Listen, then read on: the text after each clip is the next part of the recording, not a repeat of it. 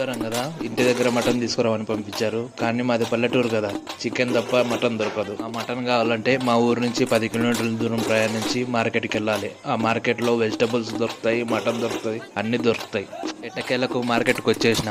మా ఊరికి దగ్గర ఊరైనా నేను ఎప్పుడు మార్కెట్ లోకి వెళ్ళి పూర్తిగా మార్కెట్ చూడలేదు. ఒకసారి చూద్దాం ఎలా ఉందో. చూడండి, ఇక్కడ కరివేపాకు అమ్ముతున్నారు. నేరుగా రైతులే ఇక్కడికి తెచ్చి అమ్ముతారు. అదే విధంగా ఇక్కడ చూడండి మామిడికాయలు కూడా ఉన్నాయి. కేజీ 70 రూపాయలంట. ఇక్కడ చూడండి నిమ్మకాయలు సంచులు ఉన్నాయి. మామూలుగా మాది కర్నూలు జిల్లా, రాయలసీమకు నీళ్లు లేవంటారు గానీ ఇక్కడ రకరకాల కూరగాయలు, రకరకాల పండ్లు, రకరకాల పూలు పండిస్తారు. ఇది ఎందుకు చెప్తున్నానంటే ఈ కూరగాయలు, ఈ పండ్లు ఇవన్నీ ఈ చుట్టుపక్కల పండినేటివి మాత్రమే. మామిడికాయలు ఇక్కడ పండినేటివే, ఉల్లిగడ్డలు ఇక్కడ పండినేటివే, నిమ్మకాయలు, కరివేపాకు, అన్ని రకాల కూరగాయలు, అన్ని రకాల పండ్లు ఇక్కడ ఉండేటివన్నీ ఈ చుట్టుపక్కల పండినేటివి. సర్లే గానీ అవన్నీ మనకెందుకులే గానీ నేను మటన్ కొనడానికి వచ్చాను కదా, మటన్ కొందాం. ఇక్కడ చూడండి ఎన్నో మటన్ షాపులు ఉన్నాయి. కనీసం ఒక 15-20 మటన్ షాపులు ఉంటాయి. ఇవి ఆదివారమే కాదు, రోజు ఉంటాయి ఈ మటన్ షాపులు. మనం మటన్ కొనాలంటే తెలిసిన వ్యక్తి దగ్గరికి వెళ్ళాలి. ఇదిగో ఈయననే మనకు తెలిసిన వ్యక్తి, నమ్మకైన వ్యక్తి. ఈయన ప్యూర్ పొట్టేలు మాత్రమే అమ్ముతాడు.